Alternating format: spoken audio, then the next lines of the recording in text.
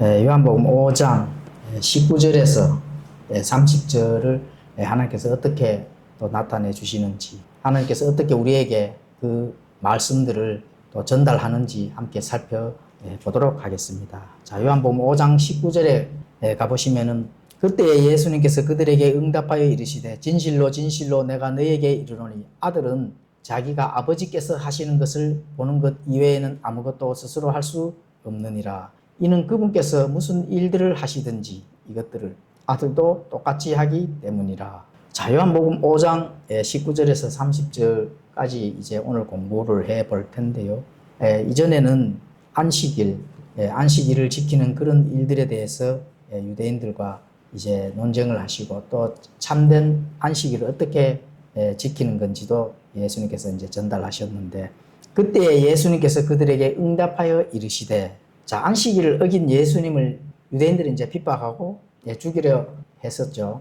그래서 유대인들은 예수님께서 유대인들에게 내 아버지가 지금까지 일하시니 나도 일한다. 일하는 걸로 주무시지도 아니하시고 또 졸지도 아니하시고 한 번도 휴식도 취하지 아니하시고 지금까지 일한다. 그렇기 때문에 예수님께서는 나도 일한다는 것이죠. 그래서 그분께서 무슨 일들을 하시든지 아들도 똑같이 한다는 거예요. 왜 아버지가 하는 그 일에서 아들도 똑같이 한다. 자, 이거는 이제 예수님이 아버지와 아들 그 하시는 일들이 동등하다는 걸 유대인들이 지금 전달하고 있습니다. 그래서 요한복음 5장 20절에서 23절에는 아버지께서 아들을 사랑하사 자기가 하는 모든 것을 그에게 보이시고 또 이것들보다 더 큰 일들을 그에게 보이사 너희를 놀라게 하시리니 아버지께서 죽은 자들을 일으키사 그들을 살리시는 것 같이 그렇게 아들도 자기 원하는 자들을 살리느니라. 아버지께서 아무도 심판하지 아니하시고 오히려 모든 심판을 아들에게 맡기셨으니 이것은 모든 사람이 아버지를 공경하는 것 같이 아들을 공경하지 아니하는 자는 그를 보내신 아버지를 공경하지 아니하느니라. 자, 그럼 오늘은 이 소제목을 아들을 통한 생명과 심판이라는 제목을 가지고 한번 공부를 해 보도록 하겠습니다. 자, 아버지가 아들을 통해서 모든 권한을 부여하셨기 때문에 그 예수 그리스도가 생명의 그 자체이면서 또 생명이면은 그 생명의 반대가 되는 사망, 이런 것도 다 예수님의 그 권한으로, 또 사망으로 갈 수밖에 없는 그런 심판을 예수님께서 하신다 하는 그런 사실들을 알 수가 있습니다. 그 모든 것들을 행하시는 그 일들에 대해서 예수님에게 모든 권한을 아버지께서 주셨다는 사실을 예수님이 지금 직접 말씀을 하고 계십니다. 그거는 바로 본인이 아버지와 동등한 권한을 지금 이 땅에서 권위를 행사를 하고 있다 하는 그 사실들을 사람들에게 전달하는 것입니다. 여기서 우리가 많은 진리들 또 거기에 따르는 가치들을 우리가 꼭 배울 필요가 있습니다. 자, 이 말씀은 모든 사람들이 하나님을 믿는다 하는데 예수님을 믿지 않으면 결국은 어떻게 돼요? 하나님을 믿지 않는 겁니다. 그러니까 저는 하나님을 믿습니다. 이렇게 많은 사람들이 얘기를 합니다. 그런데 예수님은 나타내지를 않는 거죠. 다시 말하면은 그냥 예수님은 자기 자신을 구원시켜 주기 위한 하나의 도구로 보는 사람들이 굉장히 많습니다. 큰일 날 문제, 그렇게 되면은. 그래서 예수님을 잘 섬기고 있다고 굉장히 자부심을 높이는 사람들이 그렇게 말을 한다는 거예요. 그게 문제가 사실이 됩니다. 그러니까 하나님을 믿는다고 하면서 예수님을 믿지 않아요. 이러신 분들이 굉장히 많습니다. 물론 당연히 이단 종파들은 그렇게 믿습니다. 특히 어느 종파에서 그렇게 믿어요? 여호와 증인들이 그렇게 믿습니다. 예수님은 하나님이 아니시거든요. 여호와 증인들한테. 그럼 누구예요? 그냥 이 땅에서 도구로 사용되어진 하나님의 아들로만 믿게 되었습니다. 그렇게 되면은 그게 그 종파에서는 당연히 구원이 없는 거죠. 왜냐하면 생명을 얻어야 되기 때문에 생명을 얻는 그 생명이 어디서 나오느냐? 바로 예수 그리스도에서 나오는 거예요. 그렇죠. 그러니까 하나님 아버지를 본 자는 보고 싶다면은 예수님께서 나를 보자 봐라 이렇게 말씀했거든요. 그 사실은 예수님이 곧 하나님이시라 하는 것을 그대로 전달해 주는 겁니다. 그래서 예수님은 자신이 하나님과 동등됨을 지금 현재 말씀하고 있다는 겁니다. 그래서 오늘의 이 내용은 예수님의 모든 권한을 이 땅에서 행사할 수 있는 것은 바로 예수님 자신이 내가 하나님이다 하는 것을 지금 그대로 사람들에게 전달해 주는 거고 있는 거거든요. 그래서 하나님의 공의에, 아버지 하나님의 공의에, 성부 하나님의 공의에 100% 만족하는 일들은 누가 할 수 있느냐? 사람이 사람 누가 해요? 창조물인데. 창조물이 아무리 본인이 어떠한 것들을 능력이 있어서 하나님 아버지를 100%그 공의에 만족할 수 있느냐? 없습니다. 자, 사람과 동물의 관계를 비유를 한번 해보도록 하겠습니다. 집에 키우는 강아지가 이렇게 재롱을 부리고 하면은 사람한테 조금은 기쁨은 줄 수 있는 방법이 있지만은 그 100%그 동물이 어떤 인간 형성, 인격에 100% 만족을 줄 수 있겠습니까? 없잖아요. 그와 마찬가지입니다. 우리 인간은 하나님의 창조물이기 때문에 하나님의 공의에 100% 만족할 수 있도록 하는 어떠한 것은 그 안에서 나오지를 않습니다. 왜 나오지 않을까요? 죄인이기 때문에 그렇습니다. 그래서 죄가 없으신 예수님께서 하나님의 공의에 100% 만족할 수 있는 일을 하실 수가 있다는 거죠. 그래서 하나님과 동등한 예수님만 그런 일들을 하실 수가 있다. 이런 부분들을 우리가 반드시 인지를 해야 될 것 같습니다. 자, 모든 것을 그에게 보이시고 또 이것들보다 더 큰 일들을 그에게 보이사 아버지가 아들을 사랑하기 때문에 하나님과 동등한 권한을 부여하셨다는 겁니다. 아버지께서 아들을 사랑하사 자기가 하는 모든 것을 그에게 보이시고 이것들보다 더 큰 일을 그에게 보이사 너희를 놀라게 한다. 이게 아버지가 하시는 일들을 예수님께서 할 수 있도록 그 아들이신 독생자 예수 그리스도를 할 수 있도록 해주는데 그보다 더 큰 일을 할 수 있도록 하나님께서 하나님 아버지께서 그렇게 해주셨다. 이렇게 지금 예수님이 직접 설명을 하고 있습니다. 자, 병자를 고치는 일보다 더 큰 일인 죽은 자를 살리시죠. 병자를 고치고 38년 된 병자를 앞전 문맥에서는 우리가 공부를 했잖아요. 그죠? 38년 된 그 병자를 고치셨습니다. 근데 앞으로 어떤 일을 예수님께서 하셔요? 죽은 자를 살리는 일. 병자 고치는 것보다 더 큰 일을 하신다는 겁니다. 그리고 또 더 큰 일, 산 자와 죽은 자, 살아있는 자, 생명을 가진 자와 사망을 가진 자, 이런 자들을 심판을 한다 하는 또 더 큰 일을 하신다는 사실을 우리가 알 수가 있습니다. 그래서 하나님 아버지께서 하시는 일들은 예수님께서 하시는 것은 당연하고 그보다 더 큰 일도 하신다는 거죠. 자, 그래서 아버지께서 아들에게 모든 심판을 맡기신 이유는 무엇일까요? 아들이 아버지와 동등한 존경을 받기 위한 동등한 조건. 그러니까 아버지께서 아들에게 모든 심판을 맡기셨다 하는 것은 바로 예수 그리스도가 아버지와 동등한 권한을 가지고 있으시면서 그분이 바로 그렇게 권한을 집행할 하나님이라 하는 것을 이 땅에서 드러내 주시는 겁니다. 그래서 아들을 공경하지 아니하는 자는 그를 보내신 아버지를 공경하지 아니한다는 겁니다. 그렇죠. 그런데 자, 한 하나님, 삼위일체 하나님을 믿지 않는 종파들이 있죠. 유일주의, 아버지 하나님만 믿는 자들이 있습니다. 물론 여호와 증인들이 당연하죠. 그렇게 되면은 자, 아들을 공경하지 아니하는 자는 그를 보내신 아버지를 결국은 어떻게 돼요? 공경하지 않는 것은 마찬가지거든요. 똑같은 권한, 동등하게 모든 권한을 부여를 했기 때문에 아버지께서. 그렇다면은 그 예수 그리스도를 공경하지 않는다면은 하나님 아버지를 공경하지 않는 것과 마찬가지다. 이렇게 알 수가 있습니다. 자, 히브리서 10장 9절에 가보시면은 그 뒤에 그분께서 이르시기를 오 하나님이여 보시옵소서 내가 주의 뜻을 행하러 오나이다 하셨으니 그분께서 첫째 것을 제거하시면 둘째 것을 세우려 하심이라. 그렇죠. 첫째 것을 제거하시면 둘째 것을 세운다. 첫째 율법을 완전히 이제 폐하시고 자, 은혜의 시간 하나님께서 이제 둘째 것을 세우시는 그 일을 하시는데 그러한 것들을 바로 모든 권한을 아버지 하나님께서 아들 예수 그리스도에게 권한을 줬기 때문에 그렇게 할 수가 있는 겁니다. 그래서 예수님은 자신의 신적 능력을 독단적으로 사용하지 않으시고 아버지의 뜻이나 그리고 성령님의 능력에 완전히 의존하시면서 모든 것을 그 사역의 일들을 완성해 나가십니다.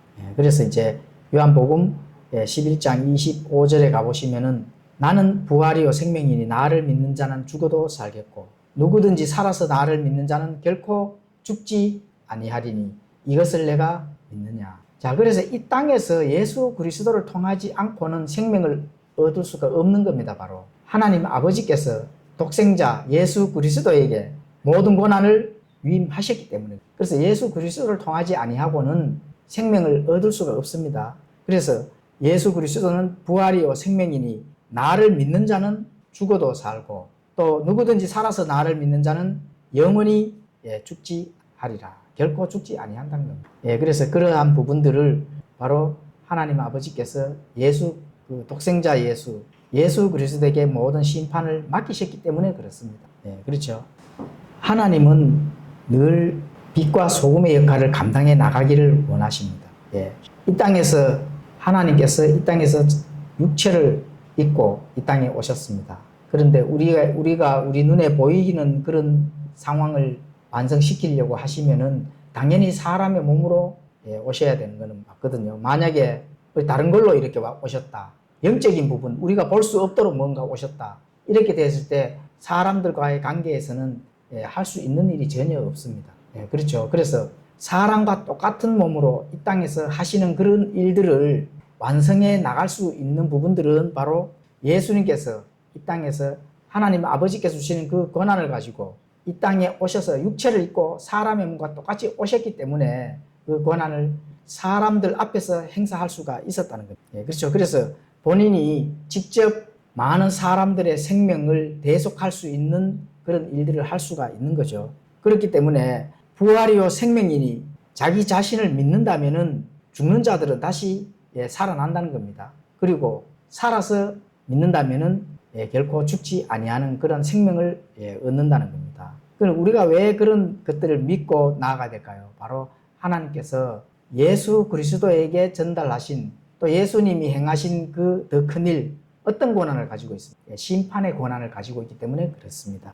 심판. 그 심판까지도 아들에게 맡겼기 때문에 그렇거든요. 자, 그래서 우리가 심판은 종말론적 심판, 우리가 크게 두 가지가 있습니다. 두 가지. 첫 번째는 무슨 심판이 있을까요? 심판은 두 가지가 있거든요. 크게 두 가지가 있는데, 첫 번째는 당연히 예수님을 믿고 구원을 받아도 심판은 있습니다. 그게 그리스도의 심판석이 되겠습니다. 그리스도의 심판석. 그래서 예수 그리스도를 믿고 구원받은 성도가 받는 이 심판은 죄의 심판이 아니라 각자의 삶을 어떻게 살았는지, 또 내가 예수님을 믿고 그저 값없이 구원을 받았는데 그 구원받은 이후에 내가 이 인생 여정에서 어떻게 그 삶을 살았는지, 삶을 살았는 것에 대해서 심판을 받는, 그게 바로 그리스도의 심판석입니다.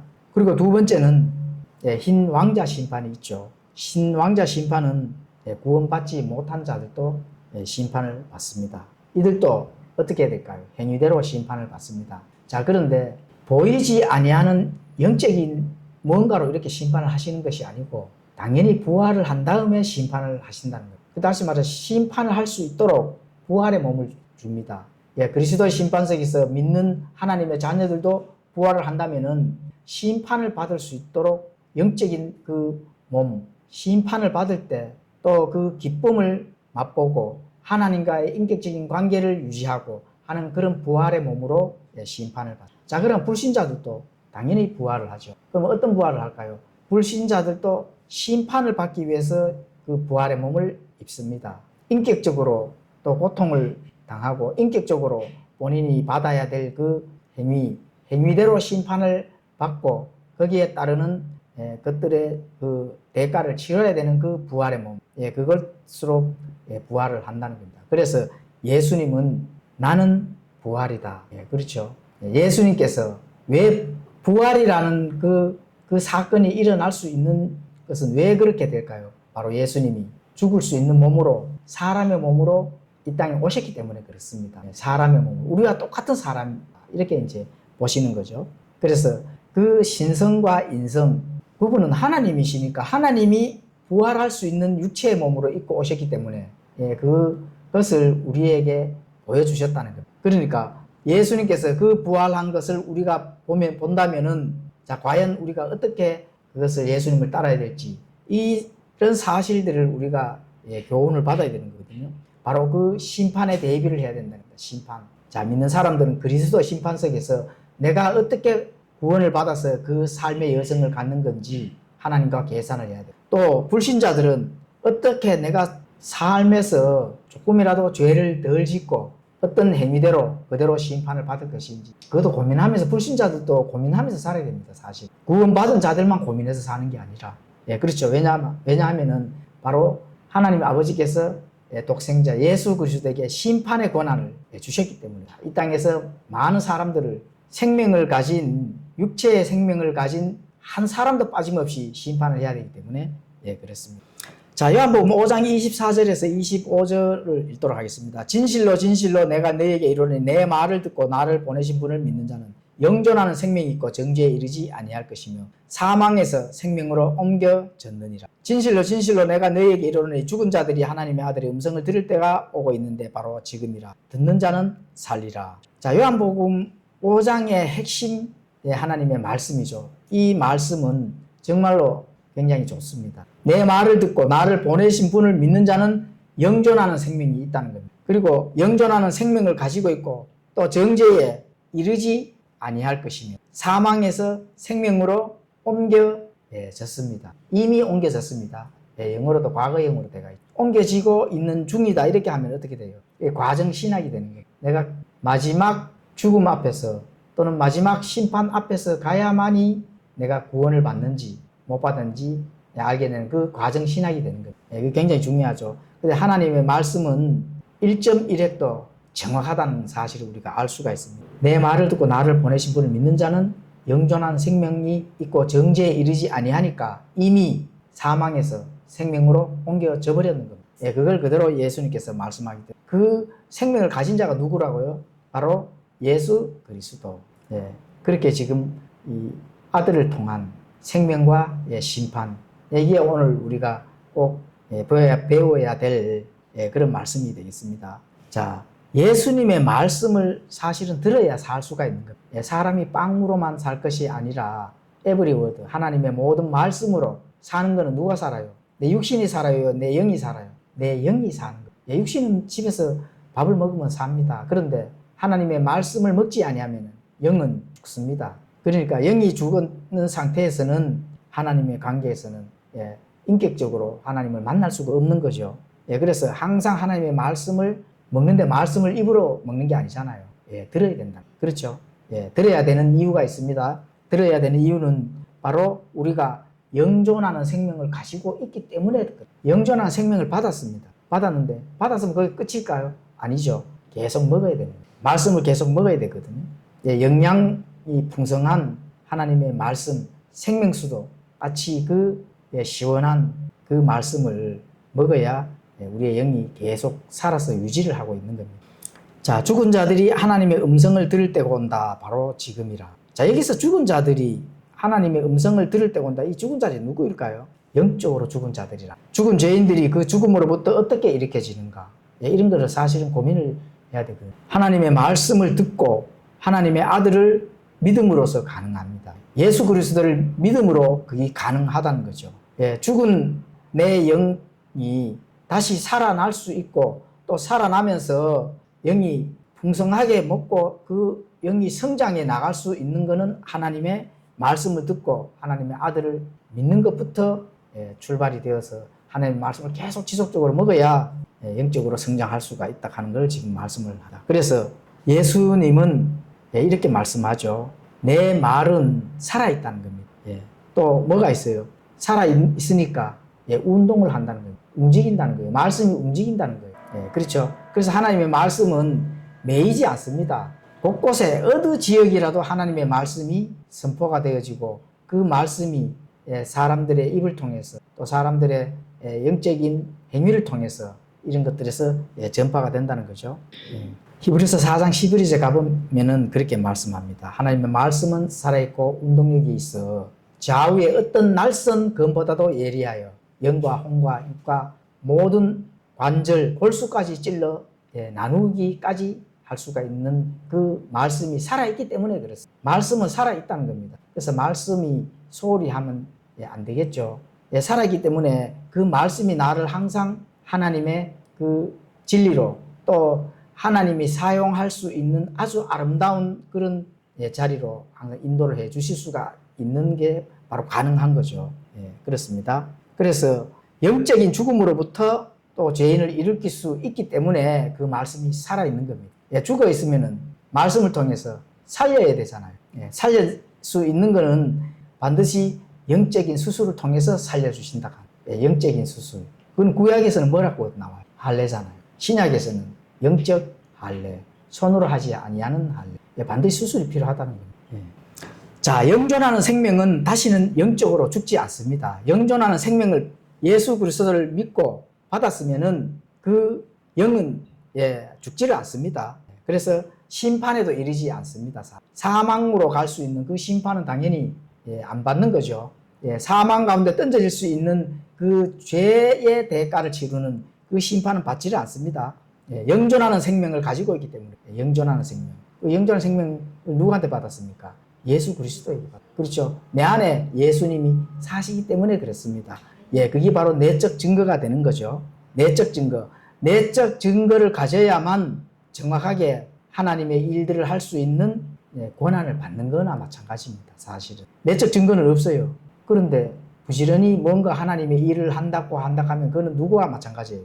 바리새인, 사두개인, 율법 박사들, 그 유대인들이나 마찬가지죠. 그래서 영존하는 생명, 예수님께서 받은 그 생명을 우리가 받아야만 그때부터 하나님의 일을 하는 것에 대해서 출발이 된다는 거예요. 그래서 영존하는 생명을 얻는 데에는 선한 행위, 착한 일, 또 목사의 말을 잘 들어야 된다. 이런 말씀은 성경에 있어요, 없어요? 없죠. 오직 하나님과 예수 그리스도의 믿음에 관해서 지금 이 요한복음 5장에 바로 그 말씀을 하는 거예요. 믿음에 대해서 지금 예수님께서 직접 말씀하시는 거거든요. 그래서 죽은 자들이 하나님의 아들의 음성을 들을 때가 오는데 바로 지금이라는 거예요. 하나님의 말씀이 살아있기 때문에 그 말씀이 선포가 돼서 듣는다면은 그 영이 죽었던 영이 살아난다는 거죠. 자, 요한복음 5장 26절에서 29절을 읽도록 하겠습니다. 이는 아버지께서 자기 안에 생명이 있는 것 같이 그렇게 아들에게도 주사 그의 안에 생명이 있게 하셨고 그가 사람의 아들이므로 그에게 또한 심판을 집행할 권위를 주셨기 때문이다. 놀라지 말라. 무덤 속에 있는 모든 자들이 그의 음성을 듣고 나올 때가 오고 있는데 선을 행한 자들은 생명의 부활로 악을 행한 자들은 정죄의 부활로 그렇죠. 아버지께서 자기 안에 생명이 있는 것이 그 아들에게도 줬다는 겁니다. 아들. 그러니까 아버지가 아들에게 생명을 줬다 하면 당연하게 예수 그리스도는 생명을 지금 가지고 있는 거거든요. 그래서 예수님 안에 생명이 있다는 겁니다. 그래서 우리가 예수 그리스도로 바로 푹 잠겨야 됩니다. 그게 성령 침례입니다. 성령 침례. 예수 그리스도에게 푹 잠겨야 된다는 거예요. 왜냐하면 예수님이 생명을 가지고 있기 때문에 그렇습니다. 그리고 또 심판할 권한을 할 수 있는 그 권위를 예수님께 직접 주셨기 때문에 그 아버지께서 아들에게 직접 주었다는 거죠. 그래서 너희들이 놀라지 마라. 무덤 속에 있는 모든 자들이 그의 음성을 들을 때가 있다는 거예요. 무덤 속에 있는. 근데 이제 선을 행한 자들은 생명의 부활로, 악을 행한 자들은 정죄의 부활로 부활하리라. 그러니까 선을 행한, 이건 착한 일을 했다 하는 건 아닙니다. 여기서 선이라 하는 거는 예수님과의 관계를 지금 얘기를 하는 거지 세상을 향해서 그냥 착한 일을 하고 이렇게 했는 게 선이라 하면은 세상 사람들이 선한 행위로 다 생명을 받는 거죠. 이제 생명의 부활을 하는 거죠. 그렇죠. 또 악을 행한 자들, 도둑질하고 사람 죽이고 이렇게 해서 악한 일을 했다고 해서 정죄의 부활로 나온 게 아니에요. 모든 기준점은 누가 기준점이 돼야 되죠? 예수 그리스도가 기준점이 되어야 되는 거예요. 아버지께 자기 안에 생명이 있는 것 같이 그렇게 아들에게도 주사 그의 안에 생명이 있게 하시고 사람의 생명은 사실 바깥에서 이렇게 파생되어 들어오는 거잖아요. 사람의 생명은 바깥에서 이렇게 들어오는 거거든요. 그러면은 예수님이 부활하는 거는 분명히 생명이 있기 때문에 부활을 하는 거거든요. 생명이기 때문에 부활하는데 자, 예수님은 자신 안에 자신이 생명이기 때문에 부활을 하는 겁니다. 누가 도와줘서 부활하는 게 아닙니다. 우리가 부활하는 거는 바깥에서 생명이 파생되어 들어왔기 때문에 부활을 하는 거고 예수님 자체가 생명이기 때문에 당연히 사망이 예수 그리스도를 잡고 있을 수가 없습니다. 권한이 없다는 거죠. 사망이 또 그 인격체입니다. 사망의 주인이 누구예요? 사망을 권한하는 주인이 마귀잖아요. 마귀거든요. 그러면 그 마귀들도 인격체이기 때문에 사망이 나중에 모든 그 브로스로 던져지는 그런 일들이 생기거든요. 그렇기 때문에 그 사망이 예수님을 부활하지 못하도록 잡고 있을 수 있는 권한이 있을까요? 없을까요? 없는 거죠. 그래서 그런 부분들을 우리가 알 수가 있습니다. 그래서 예수님은 자신의 생명을 바로 모든 사람에게 내어주었기 때문에 그 사람들이 부활을 할 수가 있습니다. 무슨 부활로? 생명의 부활로 할 수가 있는 겁니다. 너무 감사하죠. 우리가 생명의 부활로 부활을 할 수 있다 하는 그것을 가지고 생명을 가지고 있다 하는 것이 얼마나 감사할 일이에요. 만약에 정죄의 부활로 우리가 큰일 나죠. 입에 거론하기조차도 겁납니다. 사실. 우리가 내일 당장 죽는다 해도 어떤 부활을 해야 돼요? 생명의 부활로.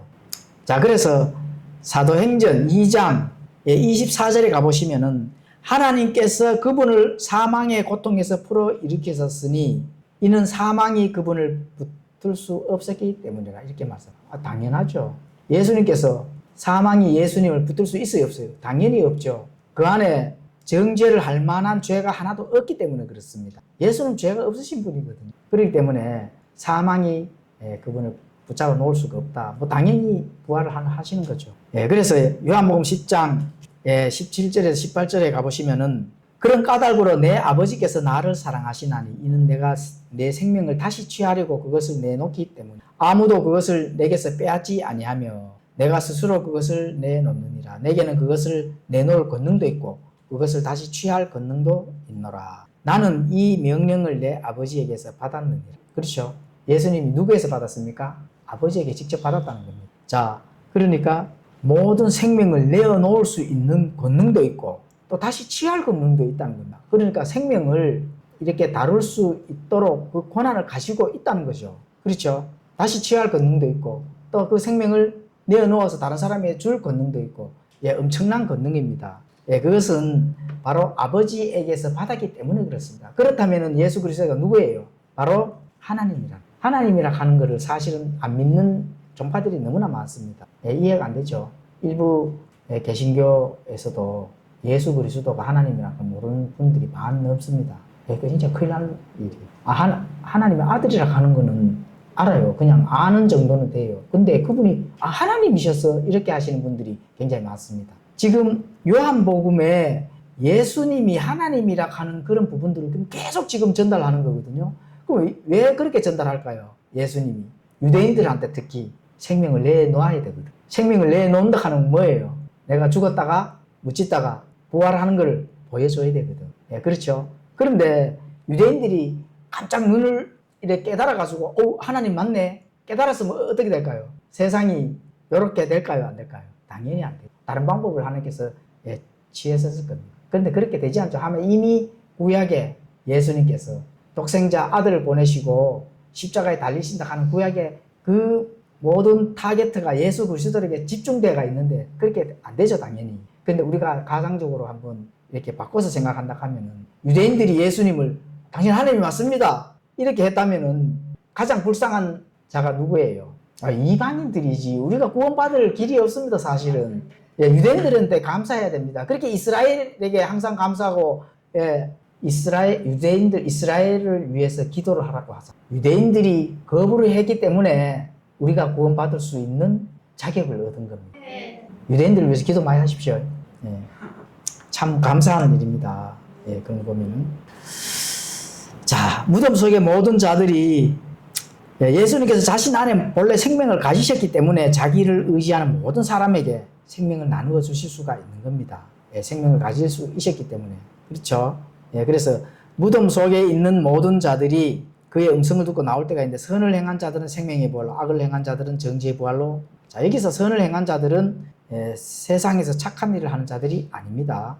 예수님의 생명을 받고 소유한 자인가, 이걸 한번 고민을 해야 하는 그런 사람들이, 내가 생명을 받았느냐 못 받았느냐, 이걸 기준점으로 하는 자들이 선을 행한 자들이냐 아니냐, 이렇게 고민을 많이 해서 예수님의 생명을 받기 위해서 예수님을 믿고 구원을 받은 자들이 되겠죠. 그래서 선을 행한 자들은 무슨 부활로? 생명의 부활로 나온다는 겁니다. 자, 부활은 산상조각 나고 먼지로 돌아간 조각들을 다시 서로 연결해서 다시 만드는 게 아닙니다. 새로운, 우리가 한 번도 보지 못하고 이 세상에서 연구한 적도 없고 학자들도 한 번도 발표되지 못한 그 원소로 우리의 몸을 주시는 겁니다.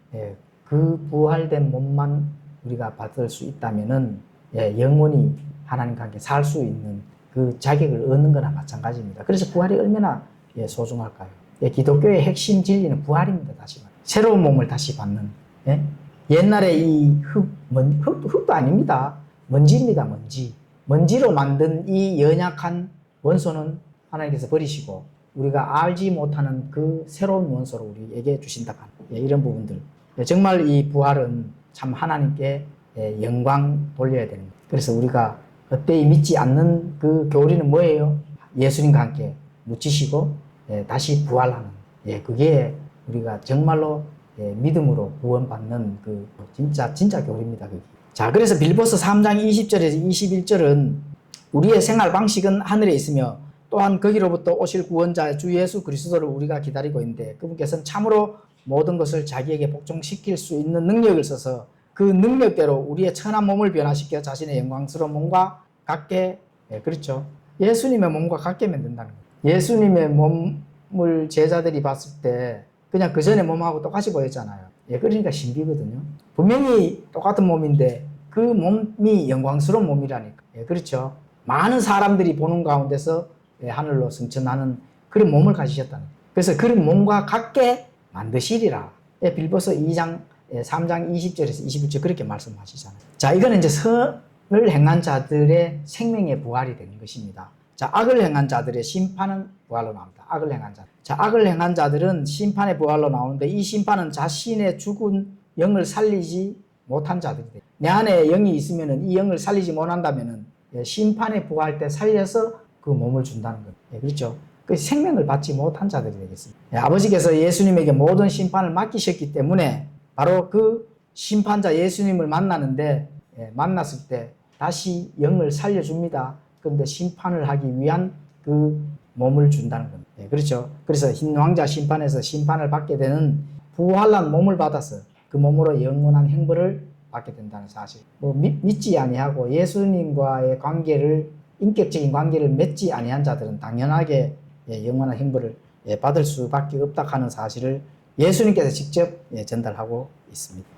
자, 예수님은 4가지 서로 다른 부활에 대해서 말씀하셨습니다. 첫 번째는 잃어버린 죄인들의 부활. 자, 이것은 예수 그리스도의 믿음을 받아들인 죄인이 바로 얻는 생명.